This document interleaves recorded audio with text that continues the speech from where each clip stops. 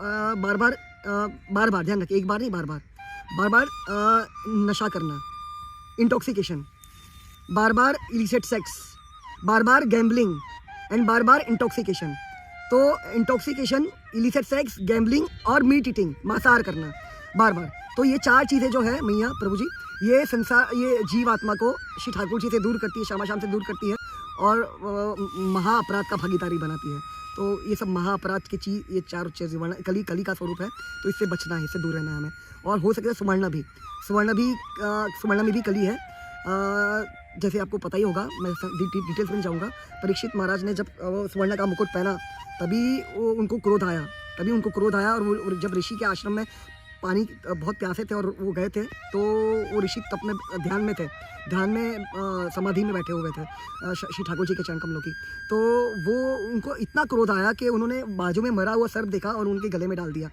यहाँ पे अगर निमित्त बनने का अवसर है और स्वयं श्री ठाकुर जी कहते हैं निमित्त बनने के लिए, है ना, इसलिए युद्ध हुआ, मतलब वही समझाना पड़ा, भगवत गीता का ज्ञान देना, फिर जाके युद्ध हुआ, वो निमित्त बना अर्जुन श्री ठाकुर जी के चरण कमलों की सेवा में। तो ये अभी यहाँ पर मेरा कर्तव्य है निमित्त बनना, जो मुझे समझ में आया राधा की कृपा से, वो सबको बांटना, कण कण को बांटना। और लाडली क्षमा करिए।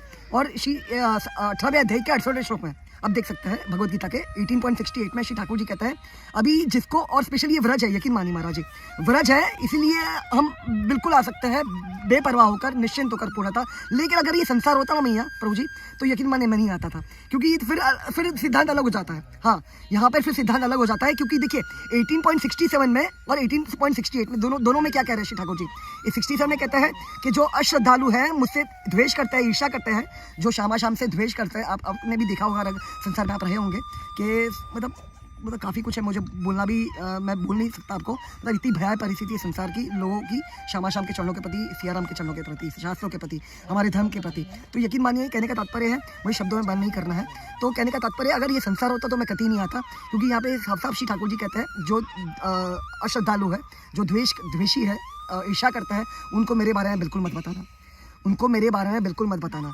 लेकिन फिर 18.68 में सेम विपरीत वर्णन करते हैं कि जो मेरे प्रेमीजन हैं, मुझे जिज्ञासु है, जो मेरे बारे में उत्साह होकर जानना चाहते हैं, मतलब आतुर होकर मुझे समझना चाहते हैं, मुझ तक पहुंचना चाहते हैं, तो उसको बिल्कुल बताना, मेरे बारे में शेयर करना। अगर आप उसको शेयर करोगे, then you will become very dear to me. यकीन मानिए, हम कुछ कंट्रोल नहीं कर सकते हैं, हम अपने बल से कुछ भी कंट्रोल नहीं कर सकते मैया। सब कुछ कंट्रोल करने वाले शामा शाम है, मेरे शामा शाम है मैया, वो उनकी कृपा से ही कंट्रोल हो पाता है।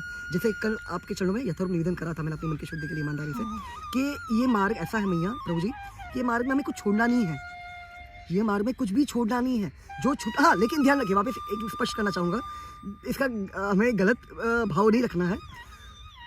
लाडली भागवत में वर्णन है, चार चीज़ से बचना है जीवात्मा को, इसका प्रयास करना पड़ेगा, हाँ, ईमानदारी से। और ये चार चीज़ क्या है, क्योंकि ये कली का स्वरूप है, ये जो चार चीज़ें है, ये कली का स्वरूप है। ये हमें जो कली काल, आप जानते होंगे कली काल चल रहा है, तो कली का जो स्वरूप है वो सर्वनाश करना है जीव का, है ना, वो दूर करना है श्री ठाकुर जी से। तो ये चार चीज़ें दूर करती है शामा शाम से, और बुद्धि का सर्वनाश करती है।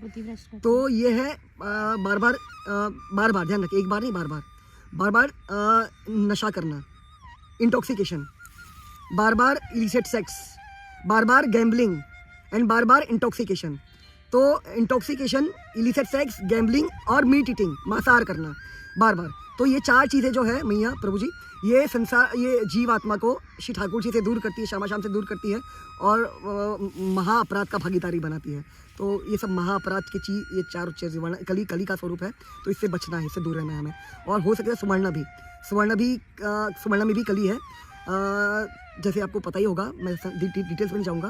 परीक्षित महाराज ने जब सुवर्ण का मुकुट पहना तभी उनको क्रोध आया और वो जब ऋषि के आश्रम में पानी बहुत प्यासे थे और वो गए थे, तो वो ऋषि तप में ध्यान में समाधि में बैठे हुए थे श्री ठाकुर जी के चरण कमलों की।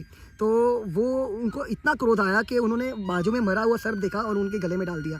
और वहाँ से फिर क्रोध से निकल गए अपने राज्य की तरफ। और जब उनके पुत्र आते हैं, ऋषि के पुत्र आते हैं, वो देखते हैं ऐसा कुछ प्रसंग बना है, तो तक्षण उनको शाप दे देता है कि 7 दिन में तक्षक नामक सर्प आएगा और उनको उनकी मृत्यु हो जाएगी। तो कहने का तात्पर्य है कि कली का जो 5 ये स्वरूप है, इससे हमें दूर रहना है, इससे दूर रहना है, क्योंकि ये सर्वनाश करता है जीव का और बुद्धि भ्रष्ट करता है, सर्वनाश मतलब पूरा सर्वनाश कर देता है, महाअपराध का भागीदारी बना देता है और क्षमा से दूर कर देता है सदा सदा के लिए। तो इसलिए हमें विशेष ध्यान रखना होगा। लाडली मैं स्वयं के लिए कह रहा हूँ, मुझे विशेष ध्यान रखना होगा कि इन 4 चीज़ से बच के रहना है। तो बाकी यकीन मानिए और किसी चीज़ की चिंता करने की आवश्यकता नहीं है। जो स्वाभाविक रूप से जो हमारी दिनचर्या है, हमारे कर्म बन रहे हैं, है ना मैया, है ना प्रभु जी, तो उसको बस समर्पित, अभी जब तक वो परिवर्तित नहीं होते हैं शास्त्र अनुसार यथारूप, तब तक उसको समर्पित कर दीजिए शाम के चरण कमल। लेकिन जानबूझकर, हाँ, चीटिंग नहीं करनी है, चीटिंग करनी नहीं है। जो गलत जो शास्त्र के विरुद्ध चीज़ है उससे बच के रहना है जितना हो सकता है, ईमानदारी से, क्योंकि ईमानदारी का मार्ग है भैया, ये परम सत्य का मार्ग है। जैसे आपको ये भी प्रसंग पता ही होगा, मैं वापस करूँ, मैं डिटेल्स में नहीं जाऊँगा, सत्यवादी हरिश्चंद्र जी का। उनके जीवन में बड़ी सोची कि भयावह से भयावह परिस्थिति घटी, उनके लिए परीक्षा थी, एक्चुअली उनके लिए परीक्षा थी, लेकिन वो हर एक परिस्थिति में अपने प्रति और धर्म के प्रति ईमानदार रहे, है ना भैया, वो ईमानदार है। तो तभी उनकी बोलते हैं फटाका लहराई शाम की कृपा से, तभी वो विजय हो पाए, मतलब जीत हो पाई उनकी, विक्ट्री हो पाई उनकी। तो कहने उनका निर्धारित होता नहीं है, उनको मतलब माया भी चाहिए, श्री ठाकुर जी भी चाहिए। अब समझ पा रहे हैं, उनको माया भी चाहिए, श्री ठाकुर जी भी चाहिए, जो कि मुमकिन नहीं है। लेकिन वापस कह रहा हूँ, यहाँ पे हमें हताश नहीं होना है, निराश नहीं होना है। देखिए, क्योंकि ये भी प्रमाण आपके चरण निवेदन करना चाहूँगा, भगवद गीता, उद्धव गीता में 11वें स्कंद में, श्रीमद् भागवतम के 11वें स्कंद में, मैं से यहाँ पे एक पहले प्रश्न करना चाहूँगा। अब कृपा करके प्रभु जी और मैया आप बता सकते कृपा करके, लाडली क्षमा करिए, कि अगर कोई जीव जितेंद्रिय नहीं है, अजितेंद्रिय है ना, जीव अजितेंद्रिय है, तो क्या आपको क्या लगता है कि वो माया से पार हो सकता है? नहीं। मैया आप बताइए। नहीं हो सकता है। कैसे महाराज? लाडली खतरनाक।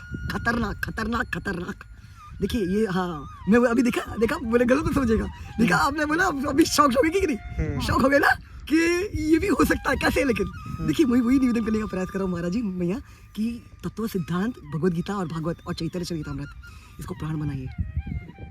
वो बनाने वाली किशोरी जो है निश्चित रूप से अपने बल से नहीं हो सकता, लेकिन वो प्राण तभी बनेगा जब जीव आत्मा का लक्ष्य निर्धारित होगा। एकमात्र शाम के चरण कमल होंगे मैया। और यकीन मानिए 99.9% अंतिम क्षणों तक, अंतिम प्राण जब तक जीव आत्मा के छूटते नहीं है, वो ध्वनि में उलझा रहता है, वो लक्ष्य निर्धारित नहीं कर पाता है। तो दिक्कत वहीं पर आती है, परेशानी वहीं पर होती है, इसे पहुंच नहीं पाता शाम तक। तो कहने का तात्पर्य है, जैसे अभी मैं आपके चरण निवेदन करूँगा कैसे। देखिए, यहाँ पे 3 चीज़ वर्णन करते हैं श्री ठाकुर जी। सबसे पहले कहते हैं उद्धव जी से, उद्धव गीता में, और आपके चरण ये भी निवेदन करना चाहूँगा अपनी मन की शुद्धि के लिए, आपको जब भी समय मिले कृपा करके 11वां स्कंद श्रीमद् भागवतम का, लाडली श्यामा गोविंदा, श्रीमद् भागवतम का 11वां स्कंद, जो 12 स्कंद है श्रीमद् भागवतम के, तो 11वां स्कंद जो है उसमें उद्धव गीता है, उद्धव गीता का प्रसंग है। तो वो ज़रूर बहुत गहराई से उसका श्रवण, उसका पठन पाठन, उसका चिंतन मनन और उसको समझने का प्रयास करिए। तो वो बहुत हेल्प करेगा भक्ति के लिए, शरणागति के लिए। जी, वो शुद्ध